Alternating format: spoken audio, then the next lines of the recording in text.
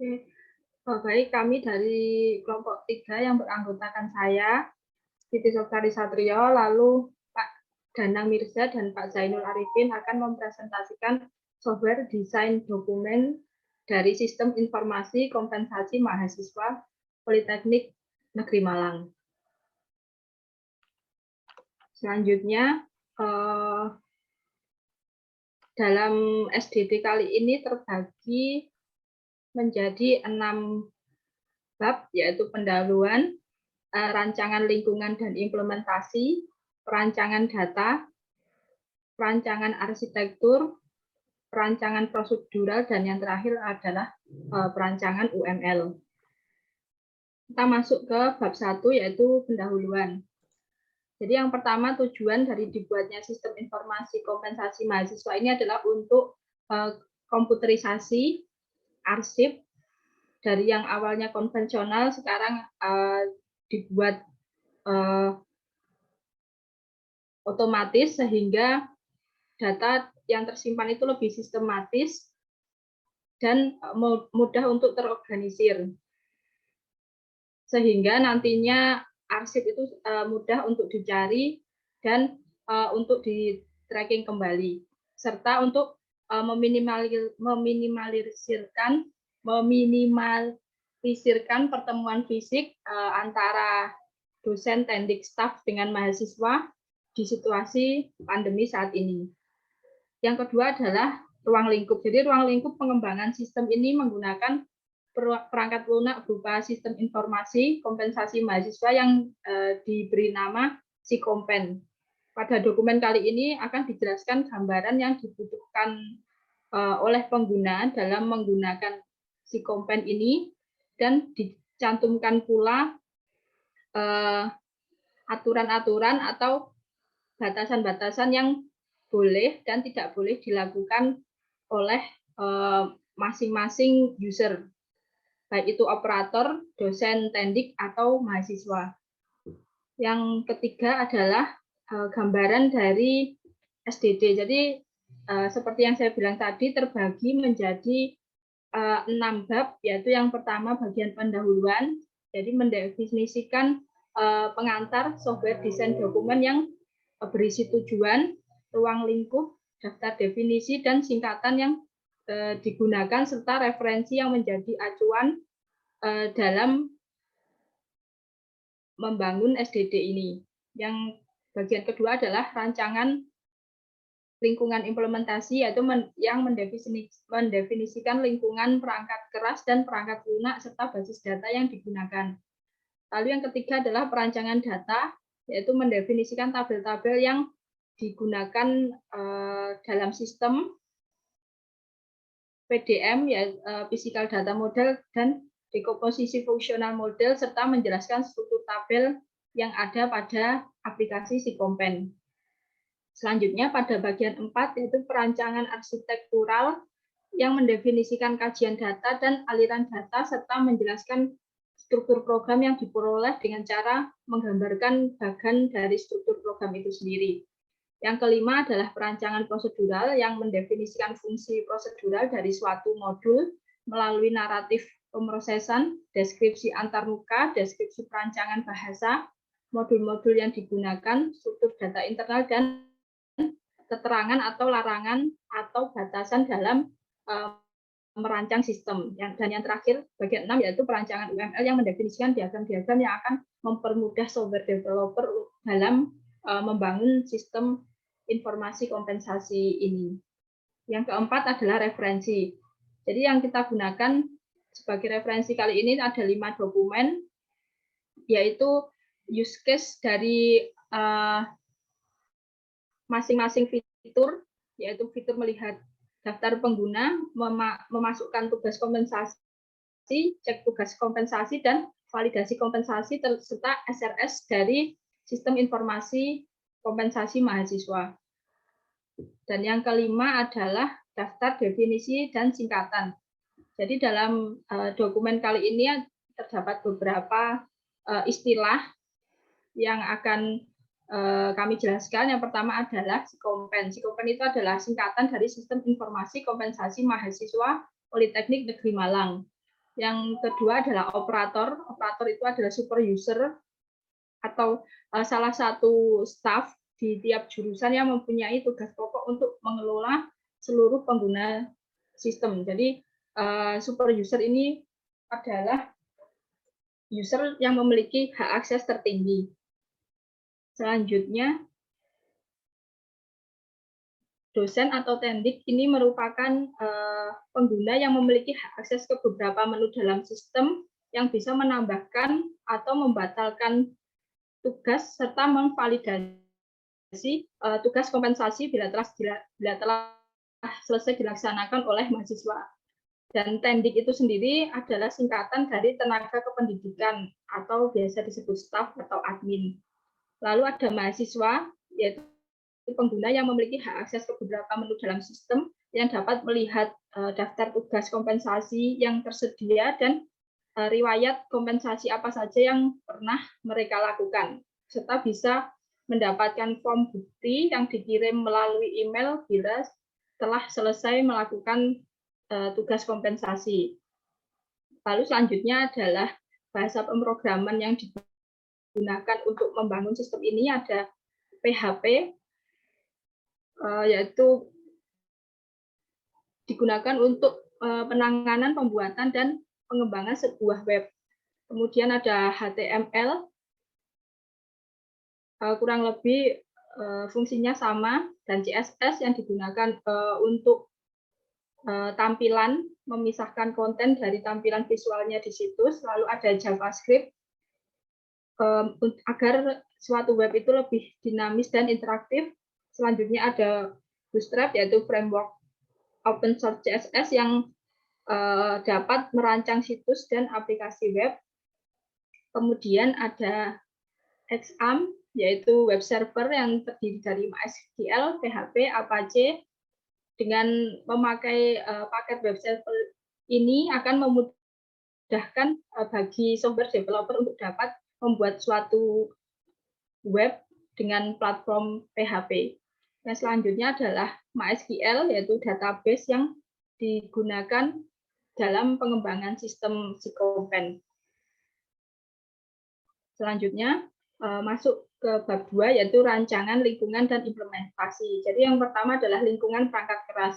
Untuk perangkat keras yang digunakan sebagai minimum spesifikasi yang diperlukan untuk personal komputernya adalah mikroprosesornya menggunakan IEEE, lalu grafiknya menggunakan Intel HD grafik, memori minimal 4 GB atau 8 GB DDR4, lalu kapasitasnya 1 tera dengan monitor all-in-one 21,5 inch, lalu perlu hardware tambahan seperti keyboard dan mouse.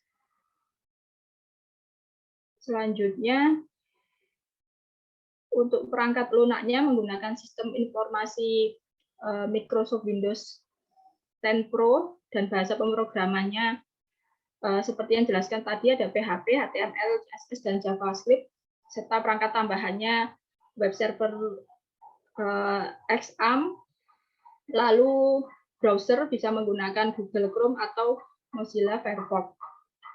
Selanjutnya untuk database yang digunakan dalam sistem ini memerlukan beberapa tabel untuk memisahkan datanya. Jadi ada tabel mahasiswa yang berisi data diri mahasiswa, lalu tabel pemberi tugas, yaitu biodata dari staf, dosen atau tendik yang memberikan tugas kompensasi, lalu tabel tugas yang mendeskripsikan tugas itu sendiri, lalu tipe tugas yang menyimpan informasi pilihan jenis tugas. Terdapat 2 penugasan atau pembelian barang untuk membantu inventory di suatu jurusan. Lalu ada tabel prodi yang berisi data prodi, dan terakhir tabel jurusan yang berisi data jurusan. Selanjutnya untuk bab 3 pada perancangan data, berikut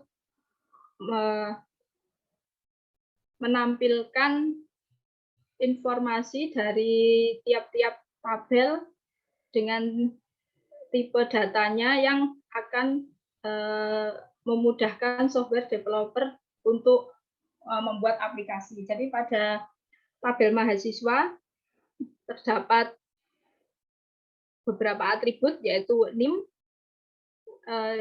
NIM ini digunakan sebagai primary key, yaitu nomor induk mahasiswa. Lalu ada ID transaksi tugas, itu adalah foreign key yang menghubungkan antara tabel mahasiswa dan tabel transaksi tugas. Lalu ada nama lengkap mahasiswa, nomor telepon, email, lalu ada foto profil untuk menyimpan pet dari gambar profil mahasiswa, lalu ada username, password, dan semester kapan mahasiswa itu ada tanggungan jam kompen. Yang kedua adalah tabel pemberi tugas, berisi nomor induk pegawai sebagai primary key, lalu ID transaksi tugas juga untuk menghubungkan antara tabel pemberi tugas dan transaksi tugas, nama lengkap dari pegawai, nomor telepon, foto profil, username, dan password.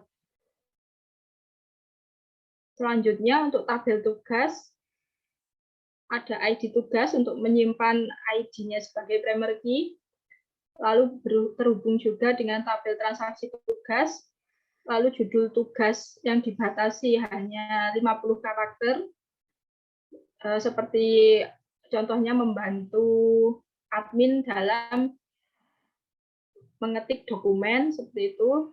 Lalu ada kuota mahasiswa yang melakukan tugas, jadi dalam satu tugas itu ada beberapa mahasiswa yang bisa melakukannya, lalu ada jumlah kompen, itu ada berapa jumlah jam yang dapat mewakili, lalu tanggal dibuatnya tugas itu, dan keterangan tambahan bila judul tugas tadi kurang bisa mewakili suatu tugas itu dengan lengkap. Selanjutnya ada tipe tugas. Jadi tipe tugas ini untuk menyimpan jenis pilihan tugas seperti pembelian atau penugasan. Selanjutnya ada transaksi tugas yang berisi nomor ID tugas sebagai primary key, lalu tanggal transaksi tugas, jadi tugas itu dimulai kapan, dan tanggal validasi tugas itu diselesaikan kapan, serta keterangan tambahan. Selanjutnya ada tabel program studi yang berisi untuk menyimpan data program studi yang dihubungkan dengan tabel mahasiswa. Selanjutnya ada tabel jurusan yang berisi data dari jurusan itu sendiri, nama jurusan, nama ketua jurusan, dan nomor induk pegawai dari ketua jurusan. Selanjutnya untuk physical data model yang bisa mempermudah software developer dalam implementasi ke database-nya langsung adalah, jadi satu mahasiswa itu pasti memiliki prodi dan jurusan. Jadi satu prodi bisa memiliki banyak jurusan, satu jurusan bisa memiliki banyak prodi, dan satu mahasiswa bisa memiliki banyak transaksi tugas. Jadi transaksi tugas itu bisa dimiliki oleh banyak pemberi tugas, dosen atau tendik, dan bisa dimiliki oleh banyak tugas. Jadi dalam transaksi itu tidak hanya satu tugas saja, tapi ada beberapa tugas yang nanti bisa diakumulasikan jam kompennya. Serta tugas itu sendiri memiliki beberapa tipe, yang pembelian atau penugasan tadi. Selanjutnya untuk dekomposisi fungsional model, yaitu kebutuhan fungsional pada aplikasi ini dapat dipecah atau dikomposisi menjadi beberapa modul.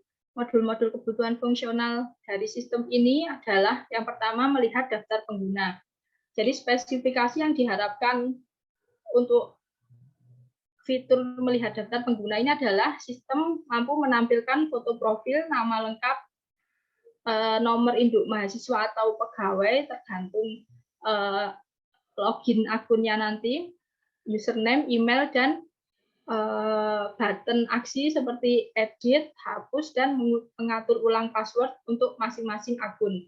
Dan sistem dapat menampilkan daftar mahasiswa serta dosen tendik yang telah memiliki akun. Jadi untuk fitur melihat daftar pengguna ini hanya untuk operator yang memiliki hak akses tertinggi.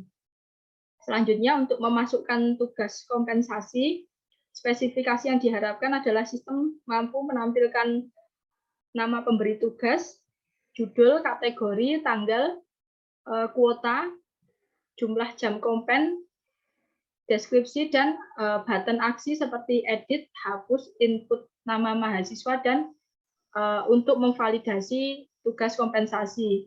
Serta sistem dapat menampilkan daftar tugas yang sudah atau masih dikerjakan. Jadi ada keterangan statusnya.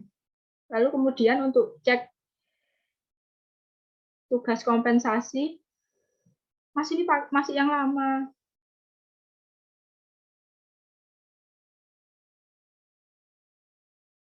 Halo?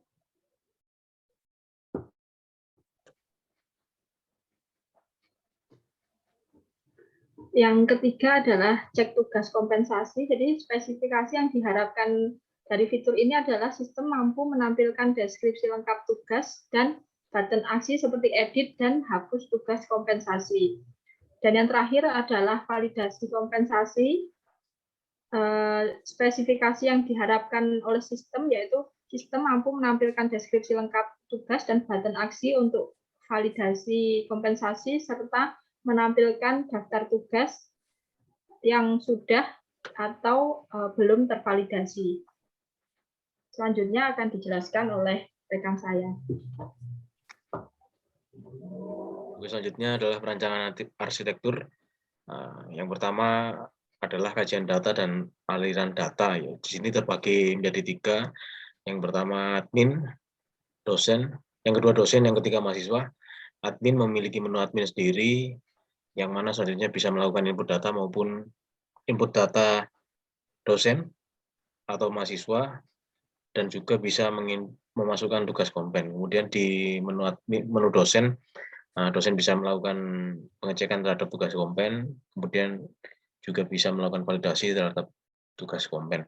Kemudian yang ketiga di menu mahasiswa itu ada menu tentukan tugas, juga menu untuk akses kompen, yang mana semuanya tersimpan pada satu database.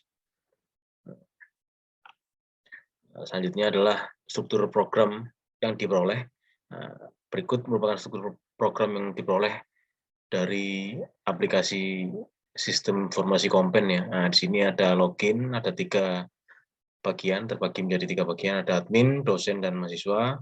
Admin memiliki menu sendiri untuk melakukan input data dan memasukkan tugas kompen. Selanjutnya bisa melakukan form validasi dan mencetak tugas kompen. Kemudian di dosen juga bisa melakukan pengecekan terhadap tugas kompen, kemudian juga bisa melakukan validasi. Kemudian bagi mahasiswa menunya adalah bisa menentukan jenis tugas yang akan dikompen. Dan bab 5 adalah perancangan prosedural yang terdiri dari definisi antarmuka ya. Ini bertujuan untuk mempermudah interaksi antara user dengan pengguna dengan software. Antarmuka menjelaskan sekumpulan objek-objek dan operasi-operasi yang bisa digunakan untuk memodifikasi suatu objek. Komponen yang ada dalam perancangan antarmuka antara lain ada definisi konsep, validasi konsep perancangan, juga pengembangan. Kemudian selanjutnya adalah deskripsi perancangan bahasa. Perancangan proses software ini menyelaraskan dan memadukan antara bahasa yang terdapat dalam database dengan bahasa pemrograman berbasis web. Dalam hal ini database-nya menggunakan MySQL, yang tentunya menggunakan relational database management system ya, yang open source dengan model client server. Kemudian selanjutnya adalah model-modul yang digunakan dalam perancangan software ini. Digunakan beberapa modul. yang mana bertujuan untuk memudahkan user dalam menggunakan aplikasi tersebut. Adapun modul-modulnya antara lain ada modul melihat daftar pengguna, ada modul memasukkan tugas kompen, dan lain-lain. Kemudian selanjutnya adalah struktur data internal. Struktur data internal ini diambil dari data mahasiswa dan dosen yang berhubungan dengan keberadaan tugas kompen yang diperlukan dalam aplikasi software sistem informasi kompen. Oke, selanjutnya bab 6 yaitu terkait perancangan UML. Dalam analisanya ini terbagi menjadi menghasilkan beberapa diagram yang telah kami definisikan. Yang pertama adalah kelas diagram. Nah, di sini ada beberapa kelas, ada kelas jurusan, kelas prodi, kelas login, kelas tugas, kelas transaksi tugas, dosen teknik, mahasiswa, dan admin. Nah, kemudian ada state chart diagram. State chart diagram ini bertujuan untuk menggambarkan transisi dari perubahan keadaan dari satu state ke state lainnya, yang digambarkan dalam suatu objek sebagai akibat dari stimuli yang diterima. Nah, ini seperti ini gambarannya. Ini dari awal, dari start. Nah, ini melalui login dulu, setelah itu melalui entry menu. Dari entry menu bisa melakukan entry data dosen, entry data mahasiswa, juga bisa selanjutnya bisa mengentry data tugas kompen. Setelah dilakukan entry tugas kompen, selanjutnya dilakukan entry penugasan kompen. Setelah dilakukan entry penugasan kompen, setelah pekerjaan diselesaikan bisa dilakukan validasi dan kembali ke proses tampilan awal yaitu login. Dalam hal ini login untuk kembali ke tampilan awal untuk menyelesaikan prosesnya. Kemudian selanjutnya adalah sequence diagram. Ada beberapa sequence diagram dalam sistem ini. Yang pertama terkait login. Ya, ini ada aktor admin, kemudian objeknya ada view login, ada kontrolnya, ada login, modelnya ada database tersimpan di dalam database admin. Nah, kemudian ini ada main menu yang dilakukan admin adalah menginputkan username password. Selanjutnya dari tampilan melalui view login, kemudian username password data yang dimasukkan diproses dalam sebuah controller yang namanya login, kemudian masuk dari controller memproses data tersebut ke dalam database, ke dalam tabel admin. Selanjutnya dicek apakah ada. Setelah dicek, jika data yang dicari tidak ada, maka akan menampilkan notifikasi wrong username password. Jika ada, dia akan melakukan proses selanjutnya, yaitu bisa menampilkan menu utama setelah melakukan login. Kemudian selanjutnya adalah sequence diagram menambah data user mahasiswa, aktornya admin. Dalam hal ini yang dilakukan pertama adalah input data mahasiswa, selanjutnya kontrol memproses inputan tersebut dan memasukkan data tersebut ke dalam tabel mahasiswa.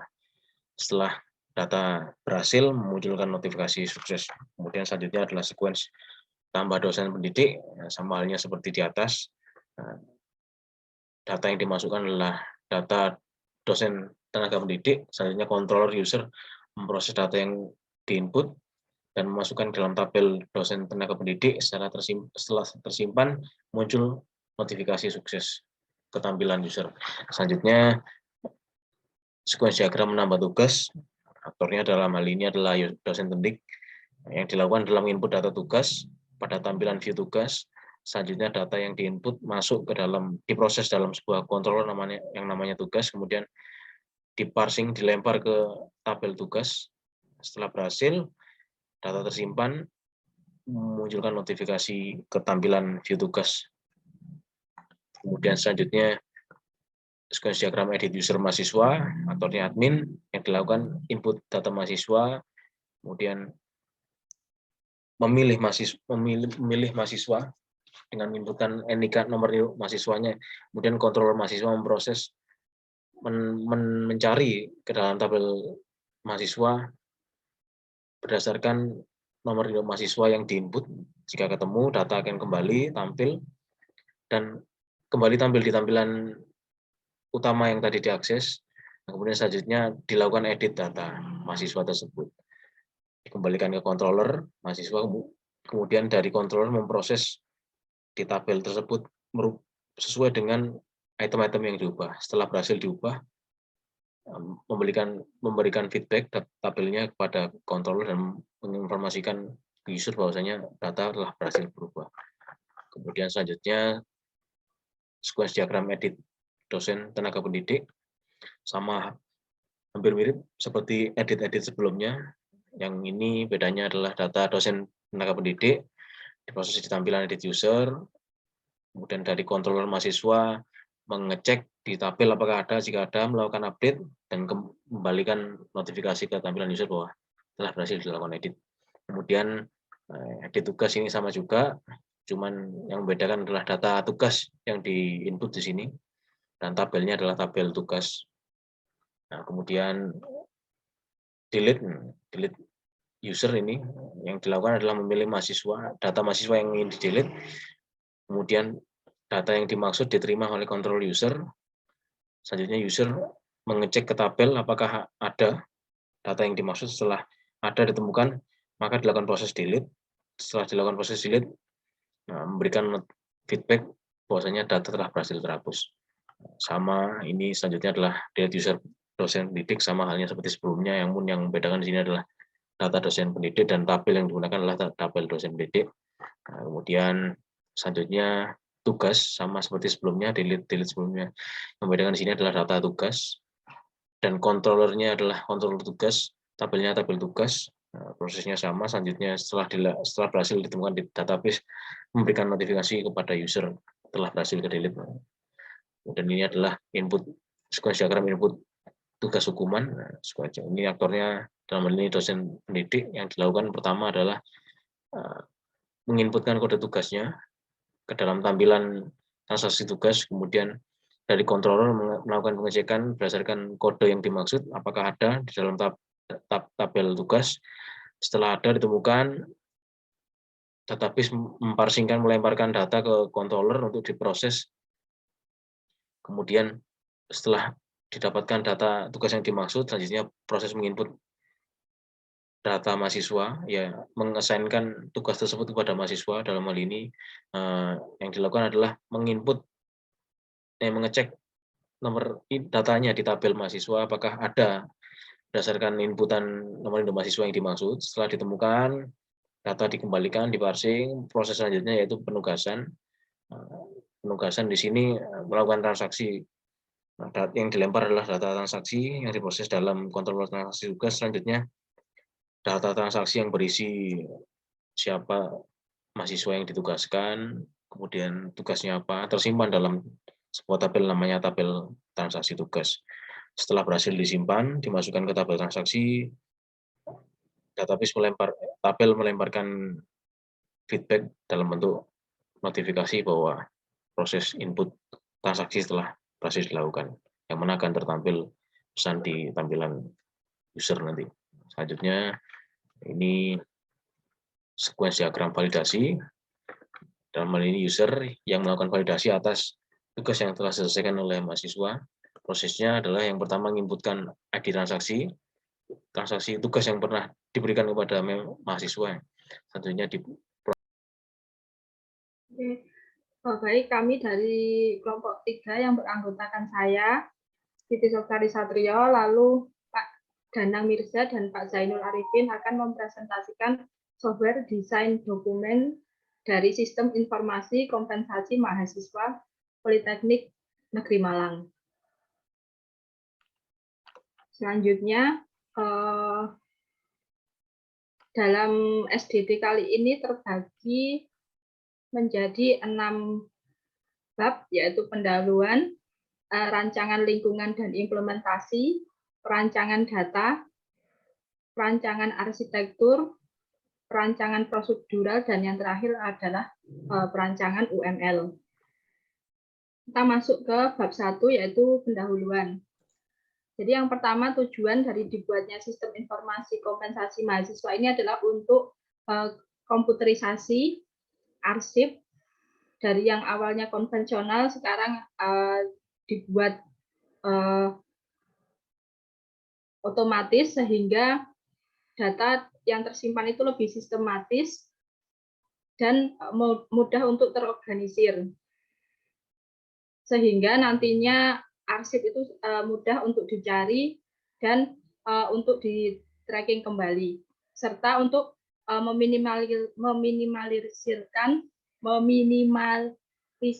pertemuan fisik antara dosen, tendik, staf dengan mahasiswa di situasi pandemi saat ini. Yang kedua adalah ruang lingkup. Jadi ruang lingkup pengembangan sistem ini menggunakan perangkat lunak berupa sistem informasi kompensasi mahasiswa yang diberi nama Sikompen. Pada dokumen kali ini akan dijelaskan gambaran yang dibutuhkan oleh pengguna dalam menggunakan Sikompen ini dan dicantumkan pula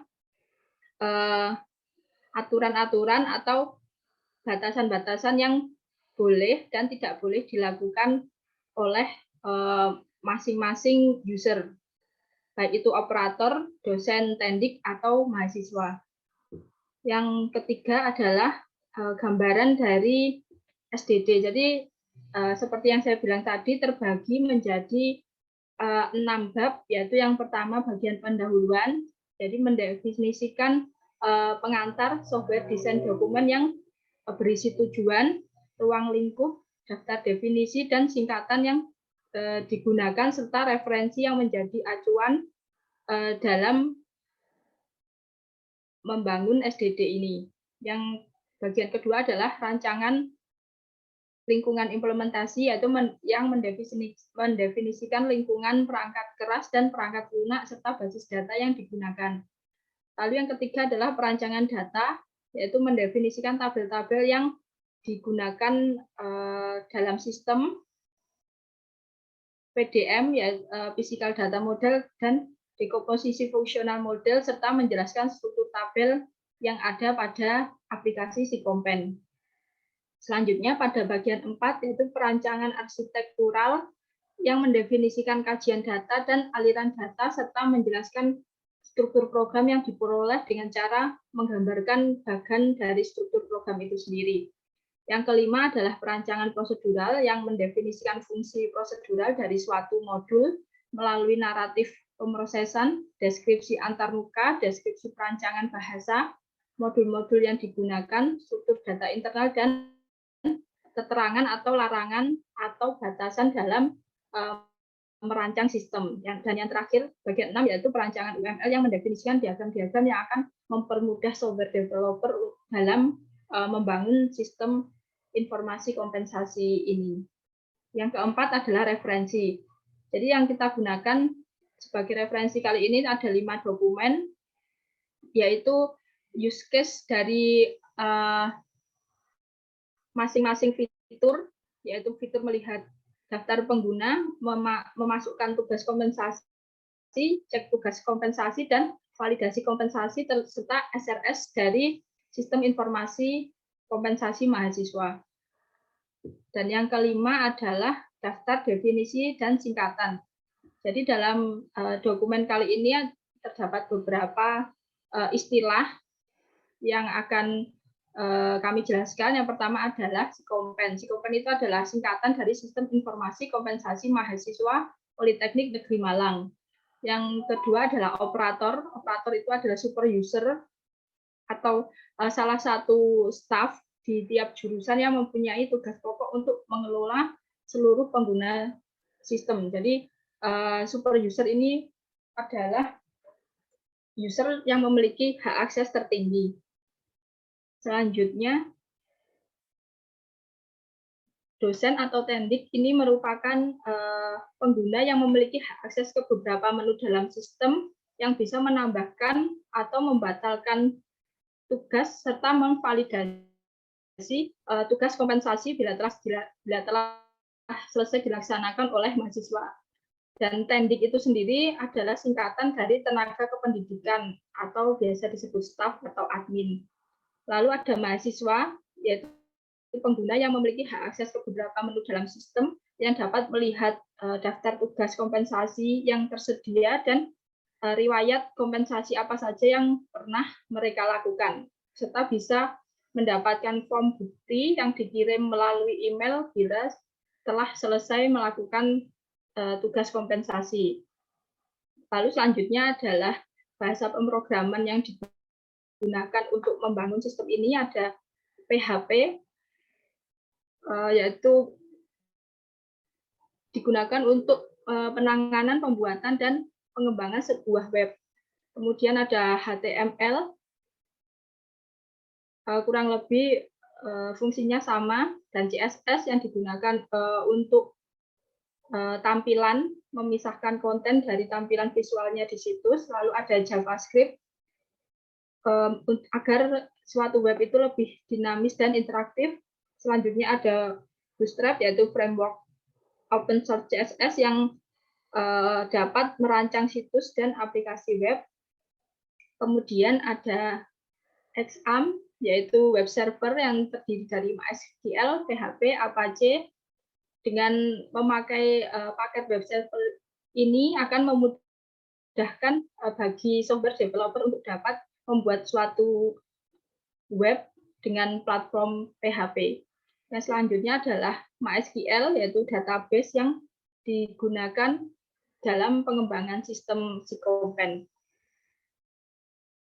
Selanjutnya masuk ke bab 2, yaitu rancangan, lingkungan, dan implementasi. Jadi yang pertama adalah lingkungan perangkat keras.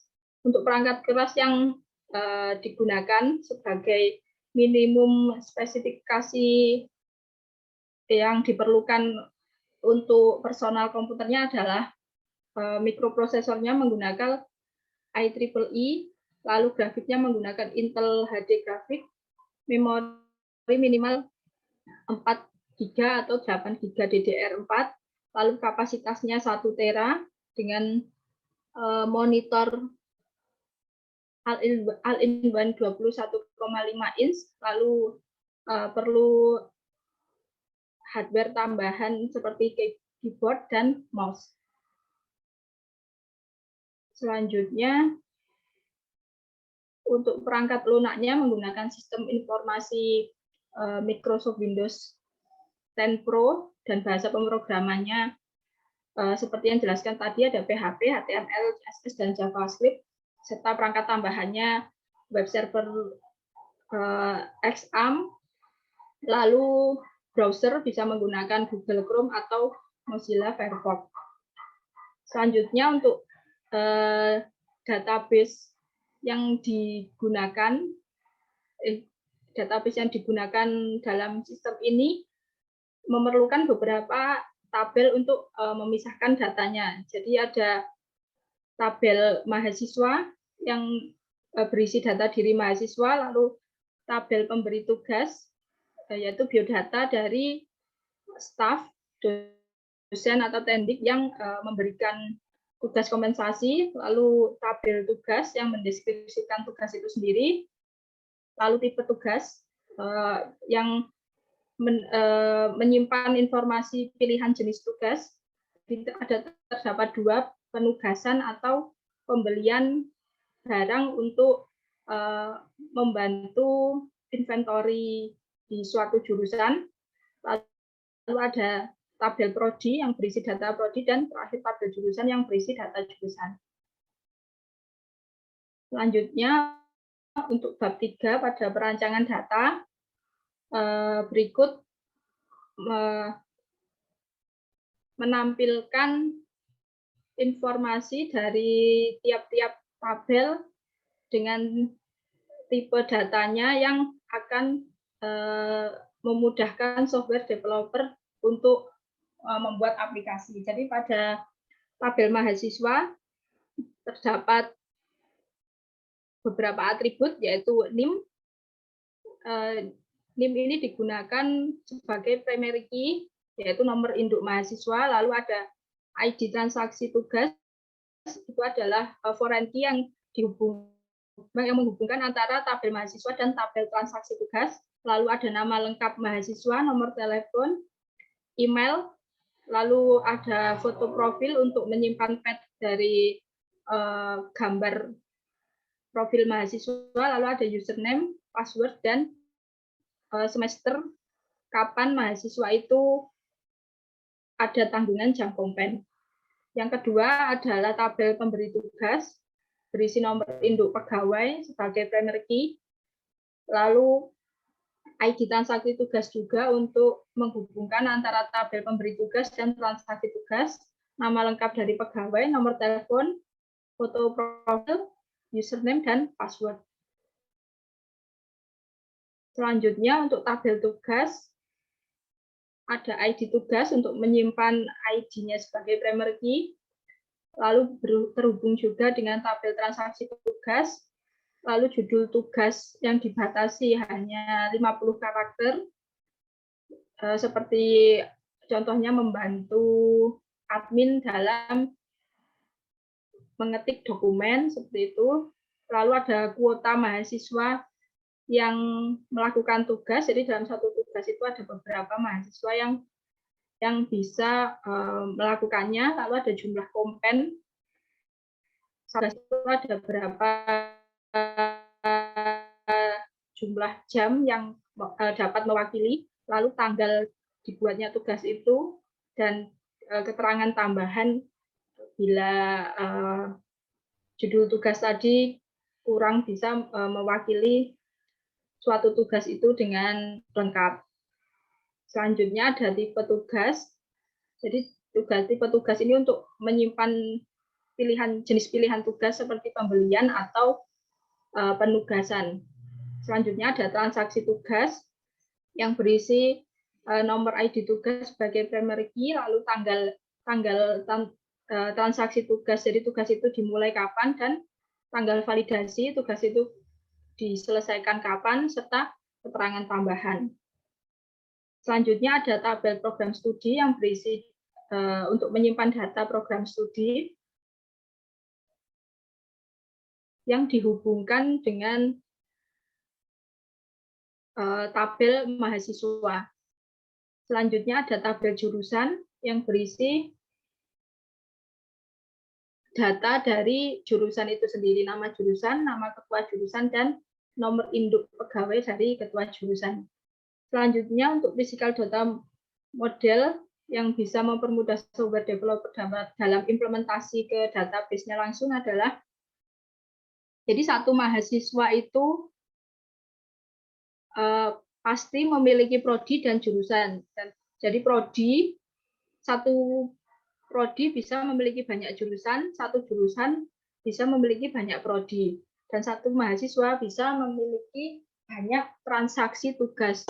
Jadi transaksi tugas itu bisa dimiliki oleh banyak pemberi tugas, dosen atau tendik, dan bisa dimiliki oleh banyak tugas.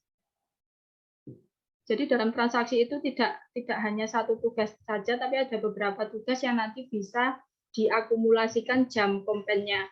Serta tugas itu sendiri memiliki beberapa tipe, yang pembelian atau penugasan tadi. Selanjutnya untuk dekomposisi fungsional model, yaitu kebutuhan fungsional pada aplikasi ini dapat dipecah atau dikomposisi menjadi beberapa modul. Modul-modul kebutuhan fungsional dari sistem ini adalah yang pertama melihat daftar pengguna. Jadi spesifikasi yang diharapkan untuk fitur melihat daftar pengguna ini adalah sistem mampu menampilkan foto profil, nama lengkap, nomor induk mahasiswa atau pegawai tergantung login akunnya nanti, username, email, dan button aksi seperti edit, hapus, dan mengatur ulang password untuk masing-masing akun. Dan sistem dapat menampilkan daftar mahasiswa serta dosen tendik yang telah memiliki akun. Jadi untuk fitur melihat daftar pengguna ini hanya untuk operator yang memiliki hak akses tertinggi. Selanjutnya untuk memasukkan tugas kompensasi, spesifikasi yang diharapkan adalah sistem mampu menampilkan nama pemberi tugas, judul, kategori, tanggal, kuota, jumlah jam kompen, deskripsi, dan button aksi seperti edit, hapus, input nama mahasiswa, dan untuk memvalidasi tugas kompensasi. Serta sistem dapat menampilkan daftar tugas yang sudah atau masih dikerjakan. Jadi ada keterangan statusnya. Lalu kemudian untuk cek tugas kompensasi, Mas ini masih yang lama.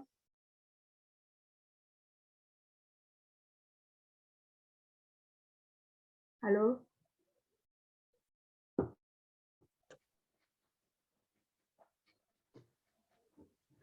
Yang ketiga adalah cek tugas kompensasi. Jadi spesifikasi yang diharapkan dari fitur ini adalah sistem mampu menampilkan deskripsi lengkap tugas dan button aksi seperti edit dan hapus tugas kompensasi.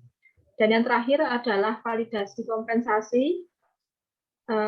Spesifikasi yang diharapkan oleh sistem yaitu sistem mampu menampilkan deskripsi lengkap tugas dan button aksi untuk validasi kompensasi serta menampilkan daftar tugas yang sudah atau belum tervalidasi.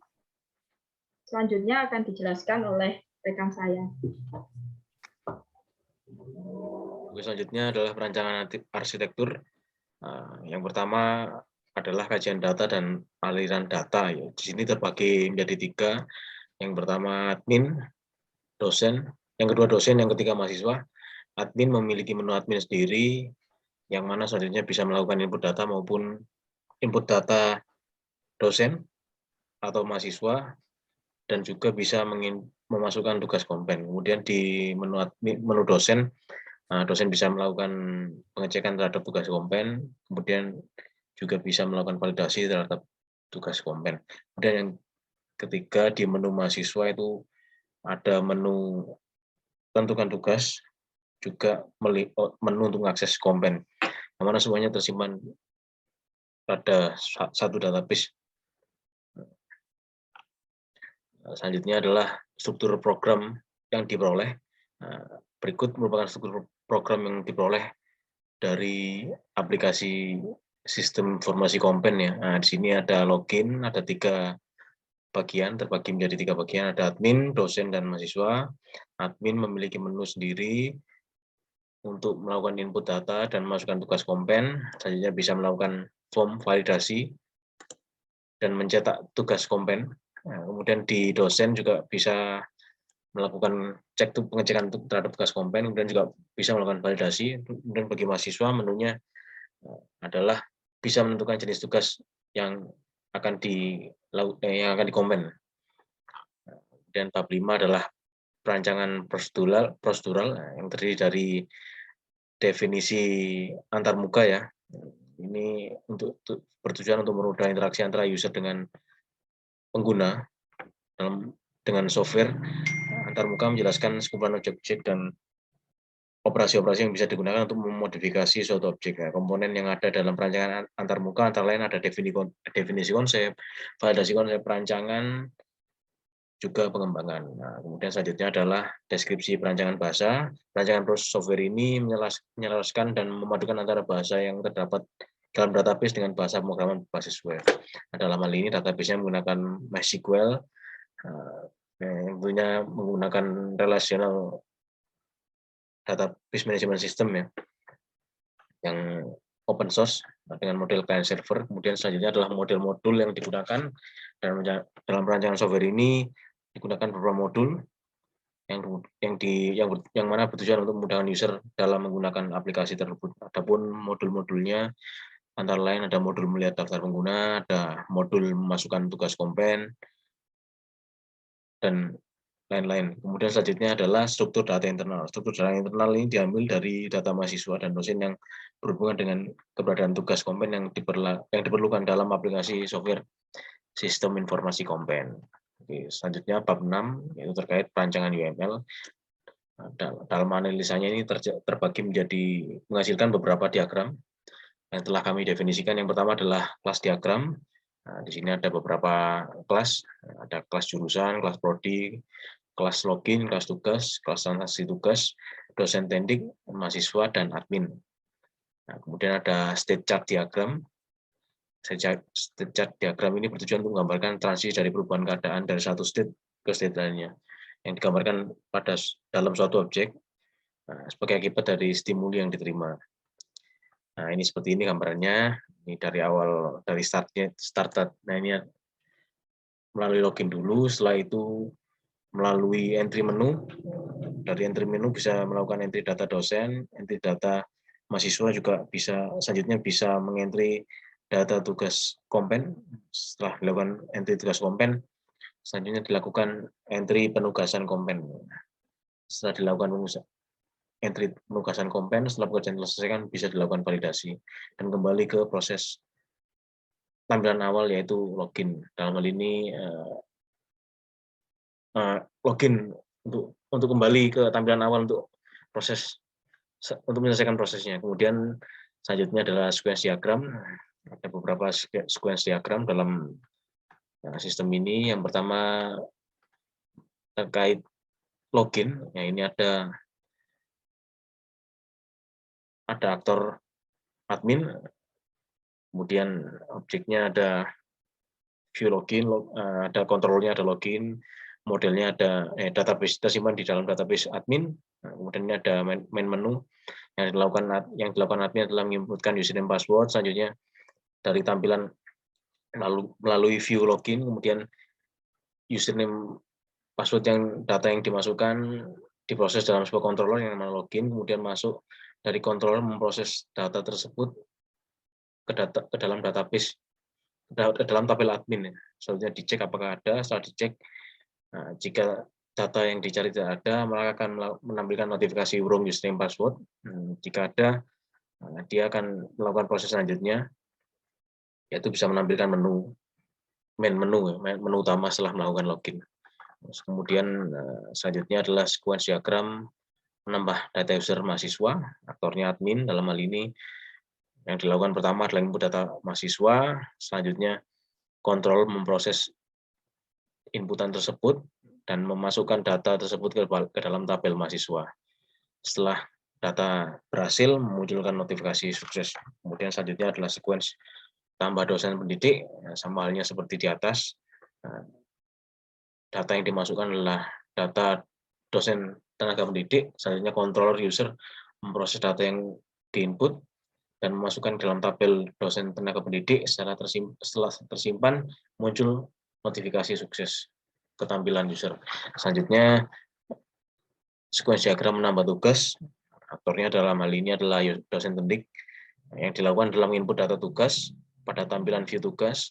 Selanjutnya data yang diinput masuk ke dalam, diproses dalam sebuah controller yang namanya tugas, kemudian diparsing, dilempar ke tabel tugas. Setelah berhasil, data tersimpan, memunculkan notifikasi ketampilan view tugas. Kemudian selanjutnya sequence diagram edit user mahasiswa, aktornya admin, yang dilakukan input data mahasiswa, kemudian memilih mahasiswa dengan menginputkan NIK nomor mahasiswanya, kemudian kontroler mahasiswa memproses mencari ke dalam tabel mahasiswa berdasarkan nomor induk mahasiswa yang diinput. Jika ketemu, data akan kembali tampil dan kembali tampil di tampilan utama yang tadi diakses.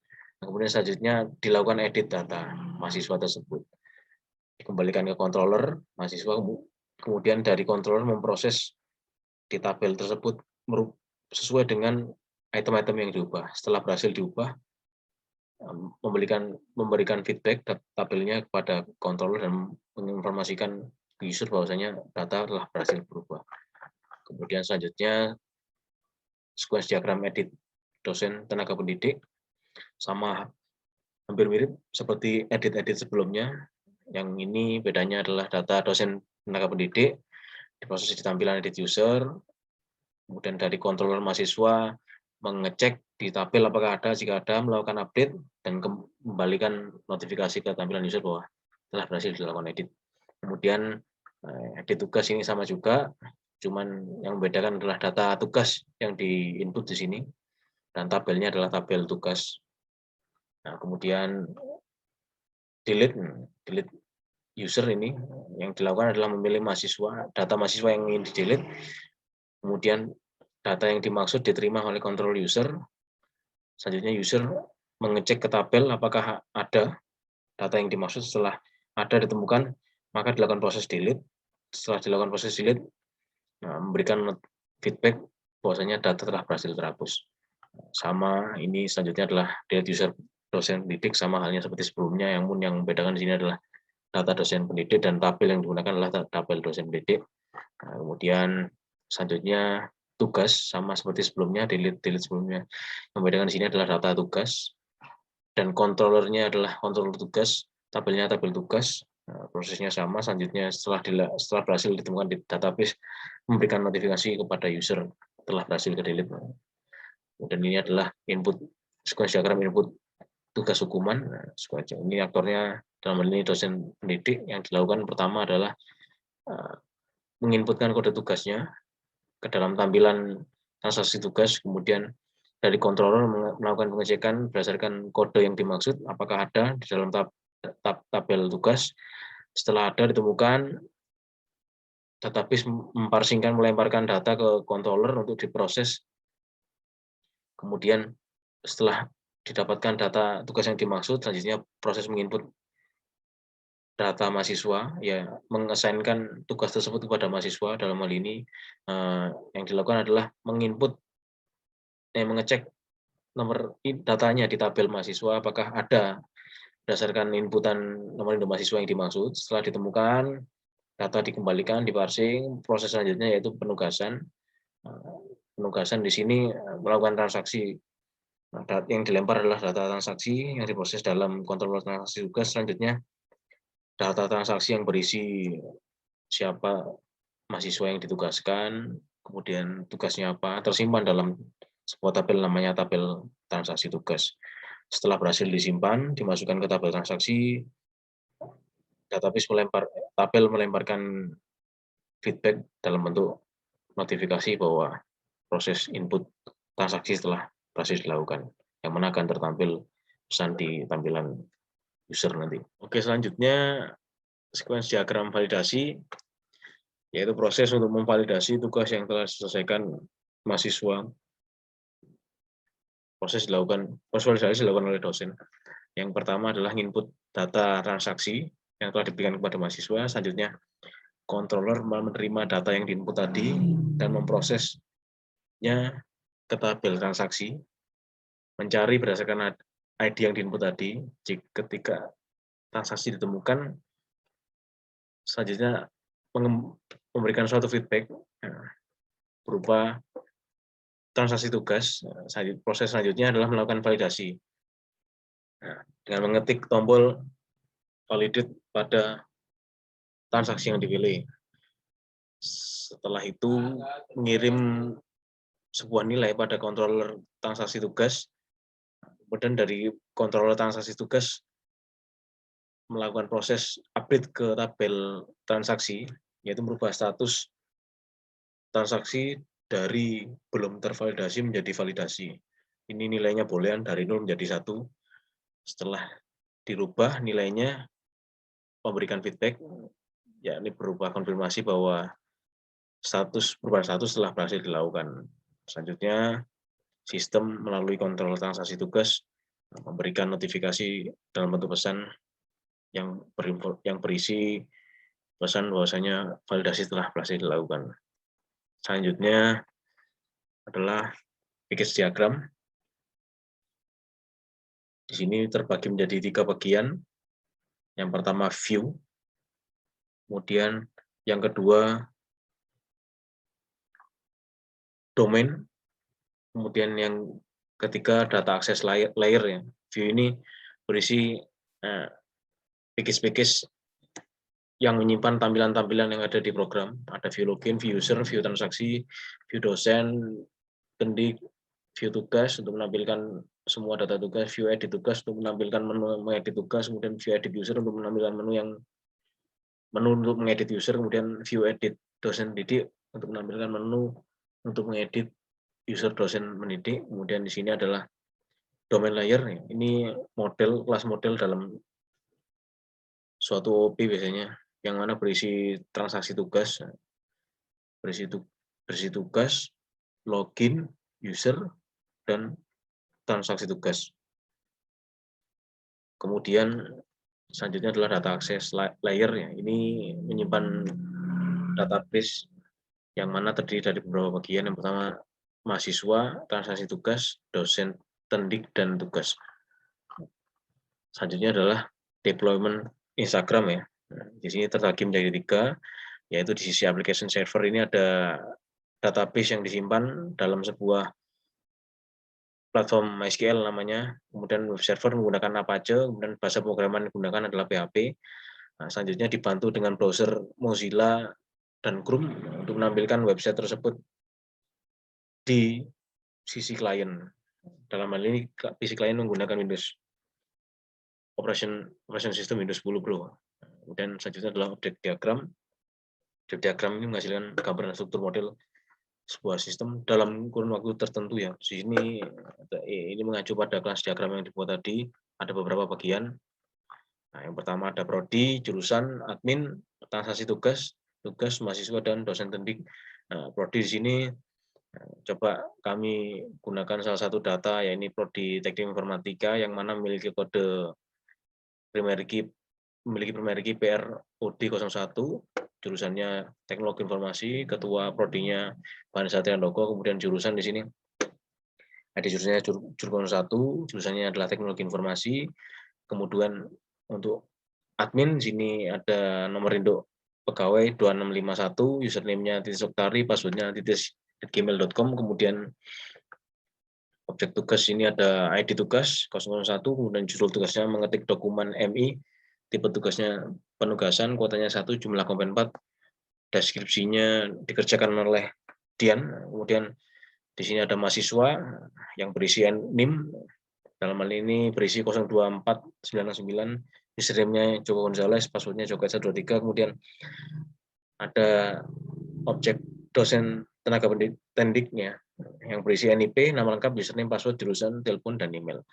Nah, proses utamanya adalah transaksi tugas di sini, yang mana nantinya berisi ID transaksi tugas, kemudian nomor induk mahasiswa yang di-assign-kan, yang diberikan tugas, yang mana ini relate ke mahasiswa sini.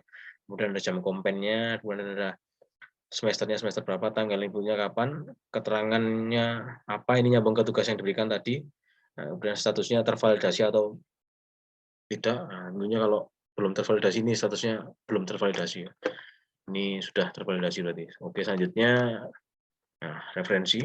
Nah, akhir dari pembahasan bab kami yaitu referensi, ini ada 2 kami dapatkan referensi. Yang pertama dari Musin Pro Software Design Description 2015, dan yang kedua dari IEEE Standard for Information Technology System Design Software Design Description di tahun 2009. Sekian dari kelompok kami, terima kasih.